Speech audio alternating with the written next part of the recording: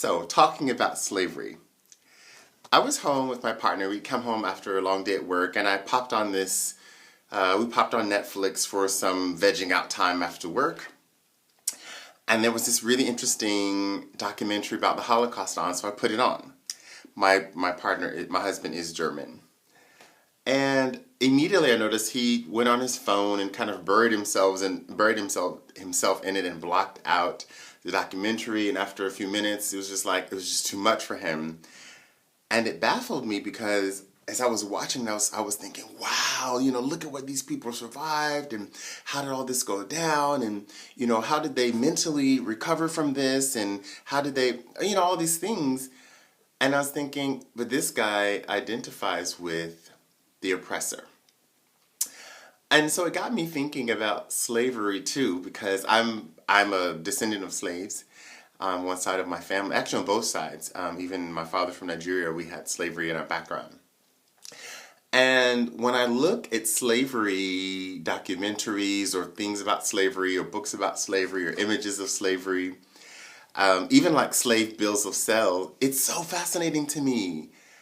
And when I have videos on YouTube where I talk about slavery, people always say, oh my God, you guys are always stuck on slavery, you're victimhood. And I'm just thinking, wait a minute, have we watched the same images? Because when I look at the images of slavery, I'm seeing stories of victory, of survival, of the human spirit, of where we've come. Yeah, sure, I see the horrid oppression, but I want to know the gritty details. Like, how many lashes did you get for breaking an egg?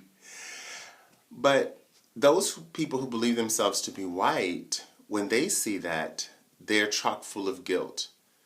And it's so debilitating to them that they do what people do when they're chock full of guilt. They lash out against others.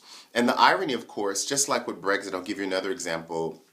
I was talking to a Brexiteer before the vote, and he was saying, people should forget about that ancient history. We want to go back when Britain was independent. And here I am thinking, when was Britain independent? Britain has always been interdependent, just like everybody else in the world. And I was saying, well, the fact that I'm a black person and I'm standing here speaking English to you is further proof enough that Britain has never been independent.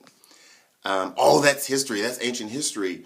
And then in the next breath, we want to go back to when we were independent, like when? 1700s, this and then the other.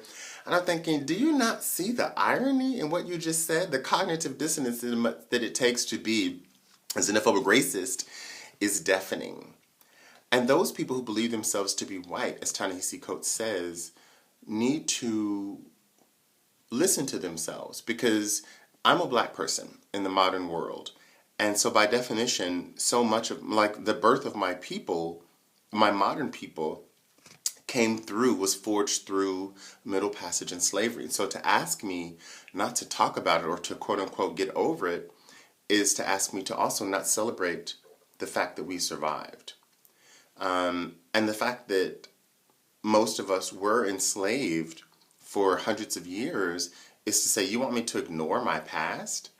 I don't cry and want to slip my wrist every time slavery comes up. My mother and I went to the door of no return on the Ile de Gorée, on Gorée Isle in Dakar, and it was just fascinating. We were with a white British man, and he was in tears.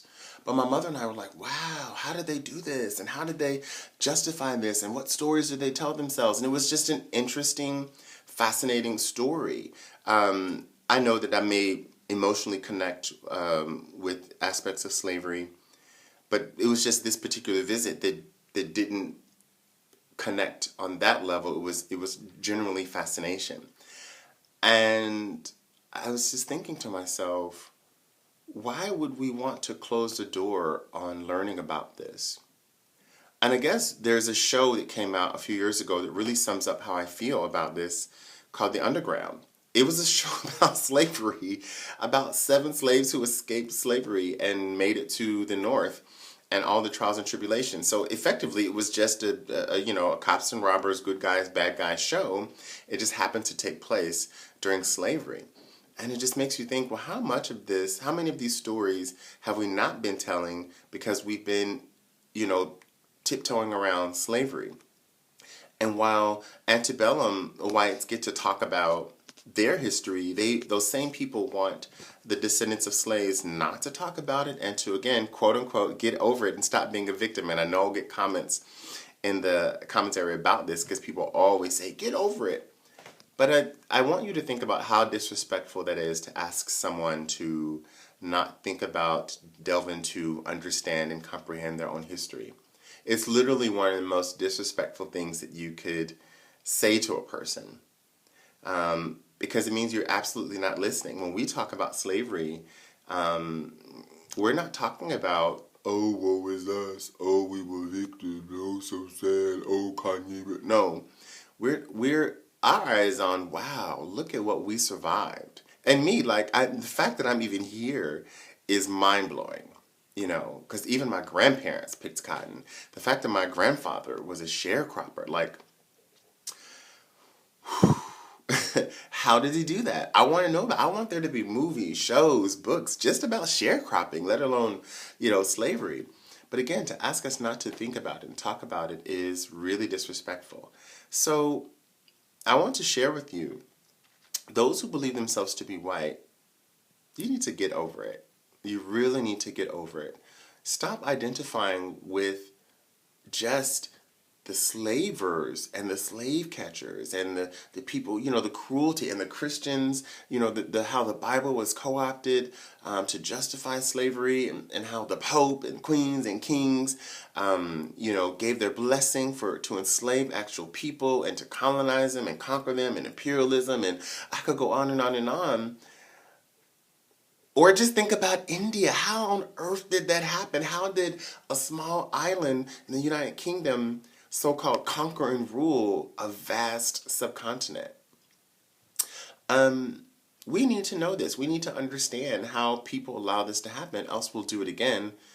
But equally, white people need to stop seeing themselves as victims of history. And that's actually what's happening, It's an easy one, the Freudian projection. When people say, oh, black people, you're just being victims. Actually, you the victim. So I want you to think about that and join me on a slave plantation.